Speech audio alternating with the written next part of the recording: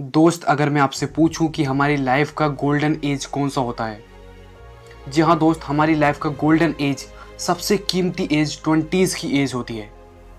क्योंकि इसी एज में हम अपने आप को बिल्ड करते हैं, हम अपने आप को सक्सेसफुल बनाते हैं। और इसी एज में हम अपना टाइम वेस्ट भी कर देते हैं कुछ फालतू चीज़ों में, जिसकी वजह से हम अपनी लाइफ में ज़्यादा कुछ अचीव नहीं कर पाते हैं। दोस्त, इस एज में लोग करियर, लर्निंग, सेविंग और इन्वेस्टमेंट और अपनी लाइफ में जो भी चीज़ें अचीव करनी है उन सब पर ध्यान देकर अपने आप को सक्सेसफुल बनाते हैं। अगर दोस्त ये एज निकल जाती है तो लोग हमेशा पछताते रह जाते हैं। क्योंकि दोस्त, इसी एज में हम सबसे ज़्यादा गलतियाँ करते हैं और सीखते हैं। और इसी एज में हम बहुत ही ज़्यादा रिस्क लेते हैं। क्योंकि दोस्त, हमारे पास खोने का कुछ भी नहीं होता है, लेकिन पाने के लिए सब कुछ होता है। तो दोस्त, क्या हम किसी और एज में सफल नहीं हो सकते? जी हाँ दोस्त, आप हो सकते हैं। लेकिन सबसे ज़्यादा रिस्क लेने की कैपेसिटी, सबसे ज़्यादा हार्डवर्क करने की कैपेसिटी, सबसे ज़्यादा एनर्जी हमारे अंदर 20s की एज में होती है। क्योंकि यहाँ पर हम जो भी मिस्टेक करते हैं उसे जल्दी ही सुधार लेते हैं। क्योंकि दोस्त, जितने भी लीडर आज तक सफल हुए हैं उन्होंने अपने 20s को हार्डवर्क करके, स्किल सीख के, इन्वेस्टमेंट करके, बिजनेस करके अपने आप को सफल बनाया है।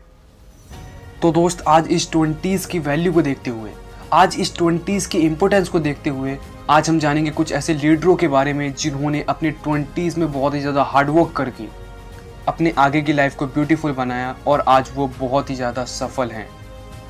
और साथ ही साथ दोस्तों, हम इन लीडरों की लाइफ को डीप में ऑब्जर्व करेंगे और ये भी जानेंगे कि वो कौन सी ऐसी स्किल्स थी जिनकी मदद से ये आज बहुत ही ज़्यादा सक्सेसफुल है और वो स्किल्स हम भी सीख कर अपनी लाइफ में अप्लाई कर सकते हैं। तो आइए दोस्तों, देखते हैं इन लीडरों को। पहला, मार्क जुकरबर्ग। दोस्त, जैसा कि आप जानते हैं, मार्क जुकरबर्ग बचपन से ही कंप्यूटर में पैसिनेट थे।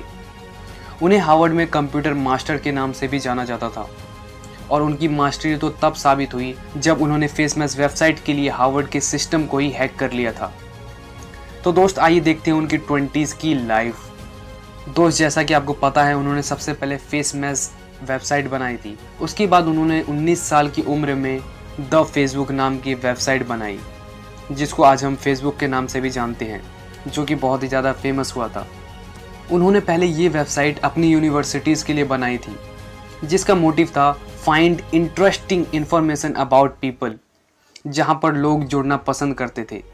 उसके बाद उन्होंने और भी यूनिवर्सिटीज़ में इसे प्रोवाइड करवाया। उसके बाद दोस्तों, जैसा कि आपको पता है, इन्होंने फेसबुक को बिजनेस में कन्वर्ट किया। फिर उन्होंने फंडिंग उठाई और 23 की एज में ये one of the youngest billionaire बन गए थे। दोस्त, जब मार्क जुकरबर्ग 25 साल के थे तो उनकी कंपनी फेसबुक का कैश फ्लो 2009 में पॉजिटिव हुआ, जिसकी वजह से उन्होंने first time 300 million users complete किए थे फेसबुक में। अगले साल mark Zuckerberg person of the year बने टाइम्स मैगजीन के। तो दोस्त, वो कौन सी ऐसी स्किल्स थी जिसकी वजह से मार्क जुकरबर्ग बहुत ही ज़्यादा सक्सेसफुल बने अपनी 20s में? पहला, कोडिंग सॉफ्टवेयर स्किल्स। दोस्त, जैसा कि आप जानते हैं, मार्क जुकरबर्ग बहुत ही ज़्यादा एक्सपर्ट थे कंप्यूटर में, कोडिंग में। अगर आप भी टेक बिजनेसेस स्टार्ट करना चाहते हैं तो आपको भी कोडिंग आनी ही चाहिए। अगर नहीं आती है तो आप अपना को फाउंडर एक टेक पर्सन को रख सकते हैं। दूसरा, प्रॉब्लम सॉल्विंग। दोस्त, आज बहुत सारे सॉफ्टवेयर इंजीनियर हैं पर उन्हें प्रॉब्लम सॉल्व करना नहीं आता है उतने अच्छे तरीके से। लेकिन मार्क जुकरबर्ग अपने पर्सनल प्रॉब्लम भी और साथ ही साथ बिजनेस प्रॉब्लम भी सॉल्व करने जानते थे। तीसरा, वे बहुत ही ज़्यादा इफ़ेक्टिव कम्युनिकेटर थे। दोस्त, उनका कम्युनिकेशन स्किल्स बहुत ही ज़्यादा अच्छा था, जिनकी वजह से वे लोगों को इन्फ्लुएंस भी कर पाते थे। तो दोस्त, आपको भी ये 3 स्किल्स सीखनी चाहिए अगर आप अपने 20s में हैं तो। दूसरा, जेके रॉलिंग। जी हाँ दोस्त, मैं बात कर रहा हूँ हैरी पॉटर की ऑथर जेके रॉलिंग की।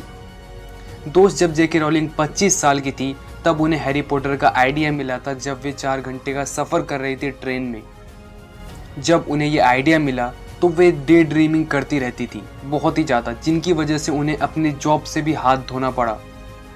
क्योंकि वे बहुत ही ज़्यादा फोकस रहती थी अपने बुक लिखने में, अपने डे ड्रीमिंग में, जिसको उन्होंने जारी रखा। साथ ही साथ हैरी पॉटर को कुछ सालों बाद उन्होंने लिख भी दिया। और एक दुख भरी बात तो ये है कि इन दिनों उसकी शादी भी हो गई थी और साथ ही साथ उनका डिवोर्स भी हो गया था, जिनकी वजह से जब उन्होंने 1995 में अपनी बुक फिनिश की तो वह बहुत ही ज़्यादा डिप्रेस्ड हो चुकी थी। लेकिन दोस्त उन्होंने 1997 में हैरी पॉटर को पब्लिश किया और आज इतनी महान ऑथर बनी। तो दोस्त वो कौन सी ऐसी स्किल्स थी जिसने जेके रोलिंग के 20s को बेटर बना दिया? पहला, फोकस। दोस्त जैसा कि आपने देखा वो बहुत ही ज़्यादा फोकस रहती थी। दूसरा, डे ड्रीमिंग यानी कि इमेजिनेशन। दोस्त वो हमेशा अपने ख्यालों में खोई रहती थी क्योंकि उन्हें कहानी लिखना था। तीसरा, सॉफ्ट स्किल्स। वे बहुत ही ज़्यादा पोलाइटली थी, बहुत ही ज़्यादा पोलाइट थी, बहुत ही प्यार से लोगों से बात करती थी।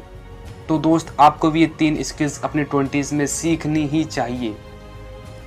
तीसरा, जेफ बेजोस। जी हाँ दोस्त, मैं बात कर रहा हूँ one of the richest person in the world, Jeff Bezos की।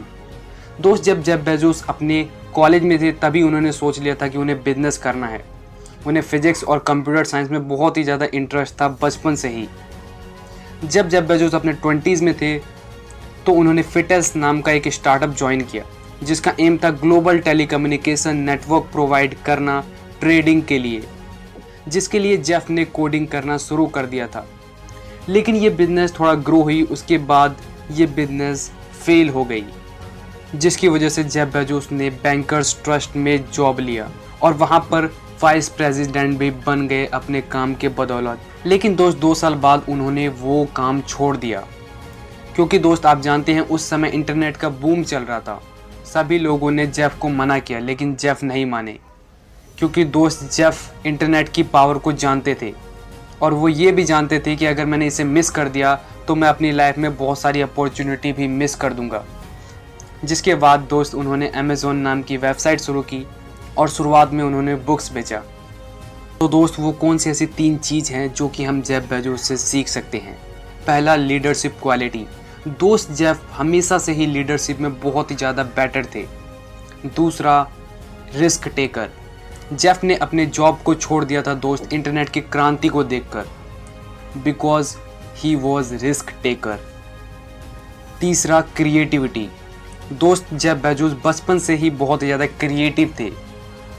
तो दोस्त हमें भी ये 3 स्किल्स जेफ बेजोस से सीखनी चाहिए। तो दोस्त अगर आपको इन 3 सक्सेसफुल लोगों की 20s अच्छी लगी होगी तो आप हमें कमेंट करके नीचे बता सकते हैं, हम और भी पार्ट इस पर बना देंगे। तो दोस्त अगर आपको ये वीडियो अच्छी लगी तो इसे लाइक कीजिए ताकि YouTube को पता चलेगा कि ये वीडियो अच्छी है, ताकि वो और लोगों तक भी इस वीडियो को सजेस्ट करे। और दोस्त याद रखिए इस चैनल को सब्सक्राइब करना बिल्कुल मत भूलना, क्योंकि दोस्त मैं गारंटी देता हूँ ये चैनल आपकी ज़िंदगी बदल देगा। Thanks for listening.